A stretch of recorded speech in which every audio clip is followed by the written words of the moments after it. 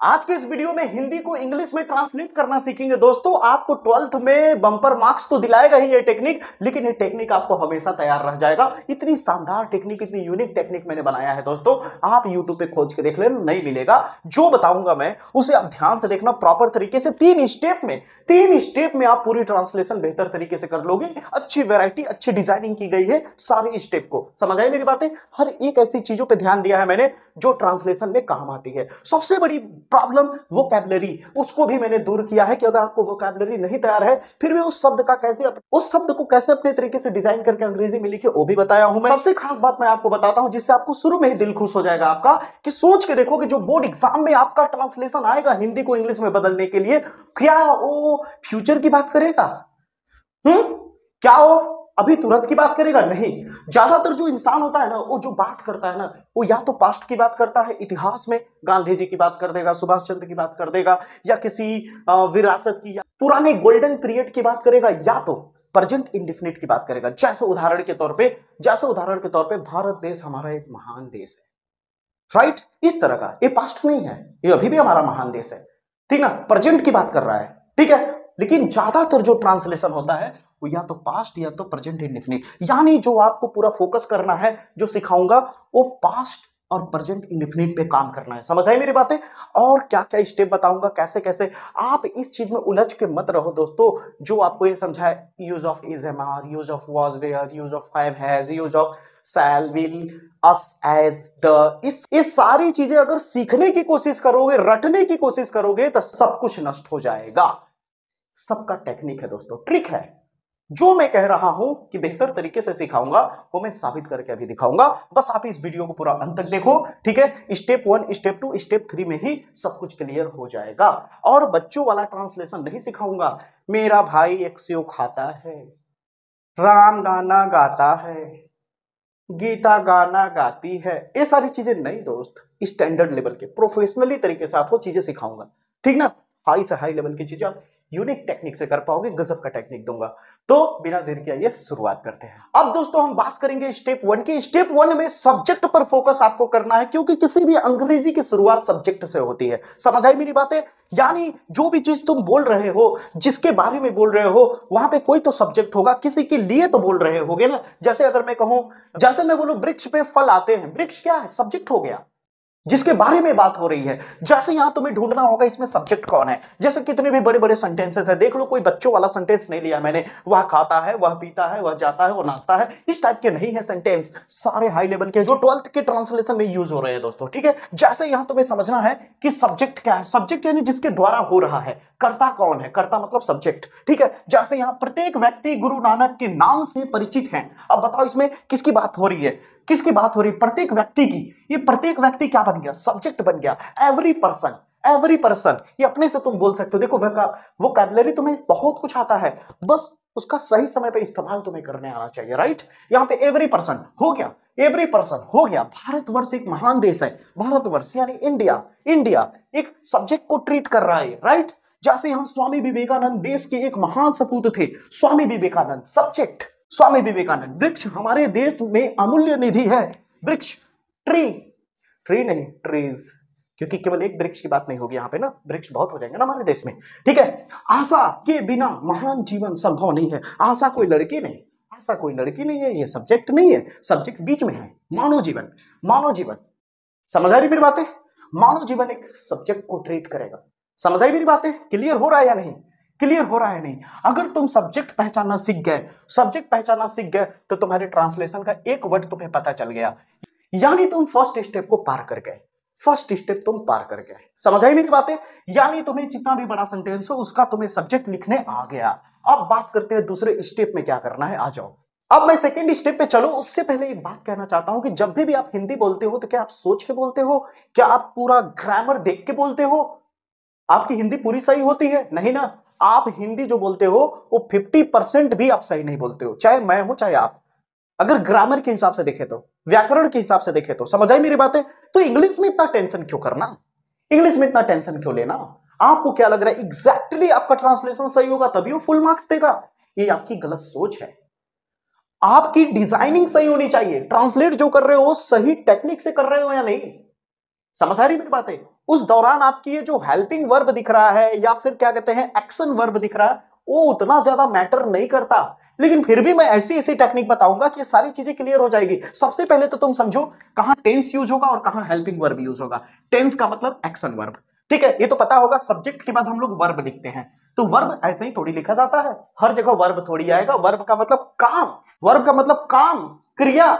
कहां काम हो रहा है, जहां काम हो रहा होगा वही तो वर्ब आएगा, और जहां काम हो रहा है वहां टेंस यूज होगा, टेंस का रूल यूज होगा, एक्शन वर्ब यूज होगा। और जहां काम नहीं हो रहा है वहां is, am are, was, were, have, has, had, ये सब यूज होगा, जिसे हेल्पिंग वर्ब कहते हैं। समझ आई मेरी बातें, समझ आई मेरी बातें। जैसे अब पहचानना सिखाता हूं मैं कि कैसे पता चलता है कि कहां एक्शन वर्ब लगने वाला है और कहां पता चलता है कि हेल्पिंग वर्ब लगने वाला है। ध्यान से समझो। जैसे यहां पे लिखा है मैंने, वह जाता है, यहां पे क्या कुछ हो रहा है क्या? तो आप कहोगे हाँ सर, काम हो रहा है। किस चीज का? जाने का, जाने का, यानी यहां काम हो रहा है, यानी यहां पे लगेगा एक्शन वर्ब। सिंपल सी बात, हेल्पिंग वर्ब हटा दो। समझ आई मेरी बात है। जैसे वह का है तो है की जगह क्या लिखते हो? इज लिखते हो, एम लिखते हो, आर लिखते हो। समझ आई मेरी बात? ये बात तो पता होगा। अगर तुम्हारा वह है तो वह के साथ क्या लगा देते हो? इज लगा देते हो। इतनी सी बात पता होगा। मैं है तो मैं के साथ एम लगा देते हो, ठीक है। अगर तुम है तो तुम के साथ आर लगा देते हो। ये सारी चीजें तो पता ही होगी छोटे क्लासेस से, लेकिन कब लगाना है ये सबसे बड़ी बात है। यहां पे काम हो रहा है, यहां काम हो रहा है, हेल्पिंग वर्ब नहीं लगाओगे। ध्यान से समझो, ठीक ना। जहां काम हो रहा है वहां हेल्पिंग वर्ब लगाने की जरूरत नहीं है। ये ट्रिक है। समझ आई मेरी बात? एकदम मैच करके चलोगे टेंस से, तब तो सीख पाए, कभी नहीं सीख पाओगे, ठीक है। ग्रामर पढ़ के इंग्लिश नहीं बोलते, अंग्रेज जो बोलते हैं अंग्रेजी, उनका इंग्लिश ऐसा नहीं है ग्रामर के हिसाब से पूरा सही होता है, ठीक ना। तो इतना टेंशन क्यों लेना। वो जब हिंदी बोलते हैं आकर के हमारे यहाँ, तो नमस्ते ढंग से नहीं बोल पाते हैं, नमस्ते इंडिया। जब वो हमारे हिंदी का, समझ रहे हो ना, क्या कर देते हैं, तो हम भी तो समझ रहे हो ना, अंग्रेजी का थोड़ा तो करेंगे ना। तो ध्यान से समझना, वह लिखो, सीधी सी बात है, ही जाता है, सीधी बात गो। समझ आई मेरी बातें? मेरे भाई, मेरा भाई घर जा रहा है, मेरा भाई घर जा रहा है, यहां भी जाने का काम होने लगा। किसका? जाने का काम होने लगा, ठीक है। लेकिन एक कंटिन्यूअस में आ चुका है, इसलिए यहां इज लगेगा। समझ आई मेरी बातें? तो ये सब चीजें अलग से मैं समझाऊंगा, ये सब यूज नहीं होने वाला मेरे भाई। ये 12th है, गेम समझो पहले। जैसे यहां पे देखो, वह तैयार है, अब तैयार है, ये कोई काम थोड़ी है यार। हाँ, वह उदास है, ये कोई काम थोड़ी है, ये काम थोड़ी हो रहा है, ये तो उदास है। वह खूबसूरत है, वह बदसूरत है, वह गलत है, वो अच्छा है, इसमें काम थोड़ी हो रहा है। जिसमें काम नहीं हो रहा है वो सीधे किसमें घुस जाएगा? कहां गया? हेल्पिंग वर्ब वाले में, ठीक ना। जैसे जैसे वह तैयार है, ही है काम लगा दो अंग्रेजी, इज तैयार का हो गया रेडी। अब बताओ, समझ आया? क्लियर हुआ? पक्का क्लियर हुआ? जैसे मान लो उदाहरण के तौर पे, वह तैयार था, आते आ गया, तो जब ये पास्ट में घुस जाएगा तो पास्ट में क्या हो जाएगा? वॉज वेयर यूज होने लगेगा। क्या यूज होने लगेगा? Was where. ही लगा तो ही के साथ क्या लगता है? वॉज, तैयार का हो गया रेडी। बताओ, इजी लग रहा है कि नहीं? क्लियर हो रहा है या नहीं? ये तो बच्चे वाली चीजें हैं दोस्तों, मजा तो अब आएगा, ठीक है। तो आपको ये बात सेकंड स्टेप में क्या पता चला? सेकंड स्टेप में ये पता चला कि हमें सब्जेक्ट के बाद जो हो रहा है काम, उसे लिखते हैं। समझ आए मेरी बातें? जो काम हो रहा है, जैसे देखो यहाँ पे, मेरा भाई, मेरा भाई अब सब्जेक्ट हो गया, सब्जेक्ट लिखने आ गया, मेरा भाई यानी माई ब्रदर, ठीक है। काम क्या हो रहा है? जाने का, तो वो हो गया। रहा है कि जब मैं करता हूं आईएनजी होता है अंग्रेजी, रहा है का अंग्रेजी क्या होता है? आईएनजी होता है। ये सब पता होना चाहिए, ठीक है ना। तो क्या हो जाएगा? My brother going to home. समझ आई मेरी बातें? My brother is going to home.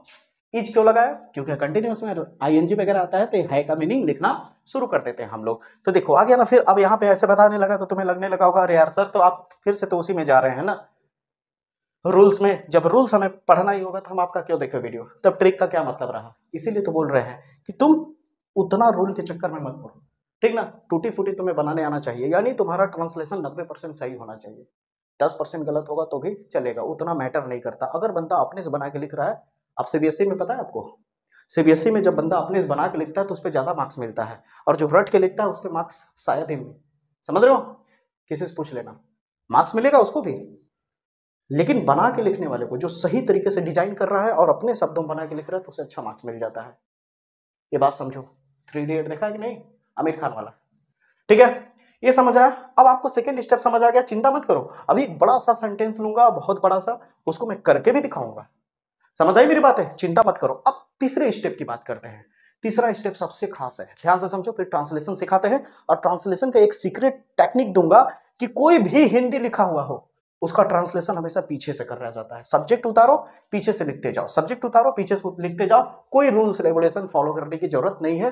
अभी असली कहानी तो इसके बाद है, तीसरे स्टेप के बाद। आओ स्टेप 3 में वोकैबुलरी जो है ना, जिसको लेके परेशान होते हो, वो पूरा भ्रम तोड़ दूंगा और आपका दिल खुश कर दूंगा। आपका सारा शंका दूर हो जाएगा। आपके ऊपर जो भ्रम की पट्टी बंधी हुई है कि वोकैबुलरी अगर तैयार नहीं है तो हम ट्रांसलेशन कर ही नहीं सकते, देखो मैं सिखाता हूं। और कुछ ऐसी चंद चीजें जो हेल्पिंग वर्ब होती है या फिर एक्शन वर्ब होता है, ये अगर क्लियर नहीं है तो मैं नहीं कर पाऊंगा। बस ज्यादा कुछ मत करो ना यार। जो भी ट्रांसलेशन बना रहे हो, मैंने बोला ना, या तो पास्ट का है, या तो पास्ट का है, या तो प्रेजेंट इंडेफिनिट है। ठीक है, याद रखो मैं जो कह रहा हूं। याद रखो, पास्ट जब भी आ रहा है, सीधी सी बात है, वर्ब का सेकंड फॉर्म लिखो ना, बस, ज्यादा कुछ नहीं। गिव लिखना है अगर मान लो तो गिव को गेव लिख दो, समझ आई मेरी बात है। गो लिखना है तो गो को वेंट लिख दो, समझ आई मेरी बातें, क्लियर हो रही है मेरी बातें। तो ये चीजें कहने का मतलब क्या समझने की कोशिश करो। ज्यादातर तुम्हारा जो 12th में देगा हिंदी ट्रांसलेशन, वो पास्ट या तो प्रेजेंट इंडेफिनिट पे ही होगा। आप किसी से पता लगा लो, जो आप बोलते हो, जो आप करते हो, या जिस चीज की बातें हो रही होती हो, वो ज्यादातर या तो पास्ट में जाता है या तो इंडेफिनिट में। अगर महिलाएं देख लो, अगर चुगली भी करती हैं, ठीक ना, तो ज्यादातर पास्ट की बात करती है। हाई हो फलानवा तो तोहरे क्या ऐसे कहत रहा है, ये हम लोग के गांव का भाषा है, ऐसे बोल दिए, ठीक ना। तो ध्यान से समझना। तो भारतवर्ष, सब महिलाएं नहीं होती है यार, कमेंट में कुछ गलत मत कर देना, ठीक है।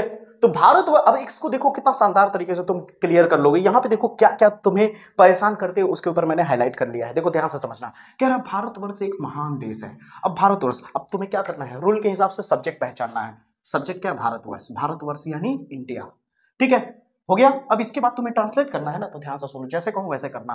भारतवर्ष एक महान देश है। भारतवर्ष एक महान देश है। क्या यहाँ कोई काम हो रहा है? क्या यहाँ कोई काम हो रहा है दाऊ? क्या यहाँ कोई काम हो रहा है? नहीं ना।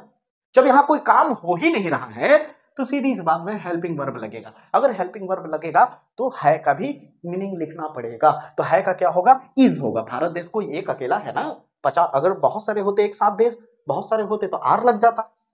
तो यहां क्या लग जाएगा। अब यहां से पीछे से तुम इंग्लिश लिखते हो, पीछे से ऐसे ऐसे करके देखना ना, इंडिया इज, और है के साथ एक पहले लगेगा, इज अ महान देश, दोनों साथ में आ जाएंगे, महान देश साथ में आ जाएंगे। Great country, India is a great country, India is a great country. इसका अतीत बहुत ही शानदार रहा है, इसका अतीत बहुत ही शानदार रहा है। देखो किसमें सुन के ऐसा नहीं लगा पास्ट में जा रहे हैं हम लोग। इसका अतीत बहुत शानदार रहा। अतीत की बात किया ना, मैंने बोला ना, ज्यादातर या तो पास्ट की बात करता है या तो प्रेजेंट इंडेफिनिट की बात करता है। समझो मेरी बात को। तो यहां पे क्या हो गया, India is a great country. फिर क्या हो जाएगा, इसका अतीत।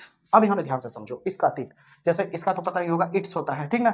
अब ध्यान से समझो, अतीत का मतलब पास्ट होता है, ध्यान से समझते जाओ, ठीक ना। तो यहाँ पे इसका अतीत, ये एक तरह से कह लो कि एक सब्जेक्ट का काम करने लगा। किसका, सब्जेक्ट का। समझ आए मेरी बात, किसकी बात कर रही है, इसका अतीत की बात हो रही है ना।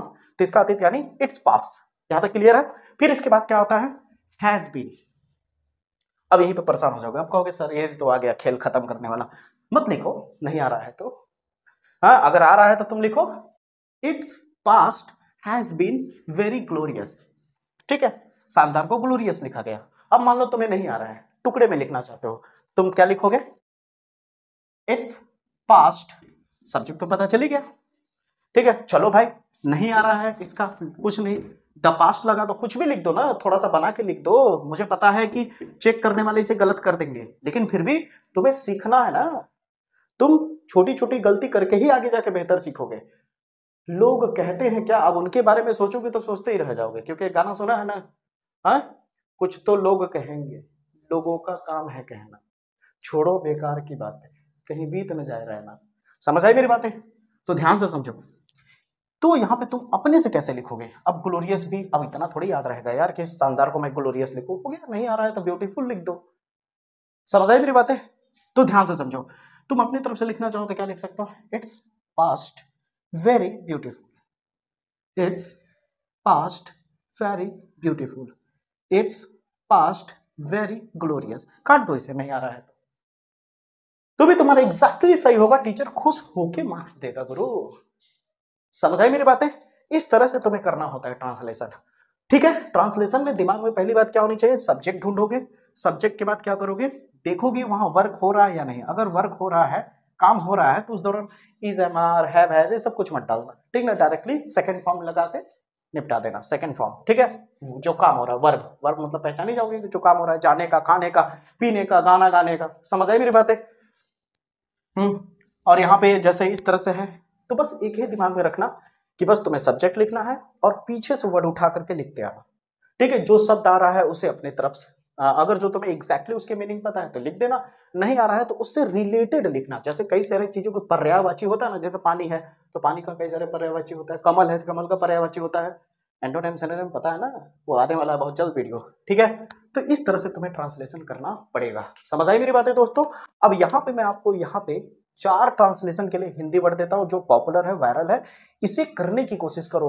उम्मीद मत करो कि यही आएगा, ठीक है। सीखने की कोशिश करो, समझने की कोशिश करो, अपने आप को आजमाओ, फिर उसके बाद वहां पे कुछ भी आएगा, टेक्निक यही यूज करना, तरीका यही यूज करना, फालतू की कोई चीज भरना मत। अगर कोई बोले कि आपको ट्रांसलेशन नहीं आ रहा है तो अनसिन पैसेज उठा करके ले आके भर दो, ऐसे कैसे भर दो, चेक करने वाला इतना चूतिया है क्या, हाँ, तुरंत काट देगा। और मान लो अगर घर से झगड़ा करके आया होगा टीचर, अगर उसकी पत्नी बेलना बेलना मार के भगाई होगी तो पूरा गुस्सा आपके कापी पे उतार देगा गुरु, ठीक ना। तो चलिए, उम्मीद करता हूं ये चीजें जितनी भी मैंने टिप्स दी, ट्रिक बताई, वो सारी चीजें क्लियर हुई होगी, समझ आई होगी। ये जरूर आपको बहुत काम आएगी ट्रांसलेशन करने में। आप तभी बेहतर कर पाओगे इसे जब मैं जो 4 दिया हूं इसे अप्लाई करते हो, करो, देखो, ट्राई करो, कर पाते हो या नहीं, समझ आई मेरी बातें, क्लियर हो जाएगा। इसी तरह के बेहतरीन वीडियो के साथ मुलाकात होगी, तब तक के लिए जय हिंद, जय भारत। वीडियो को लाइक और चैनल को सब्सक्राइब जरूर कर लीजिएगा।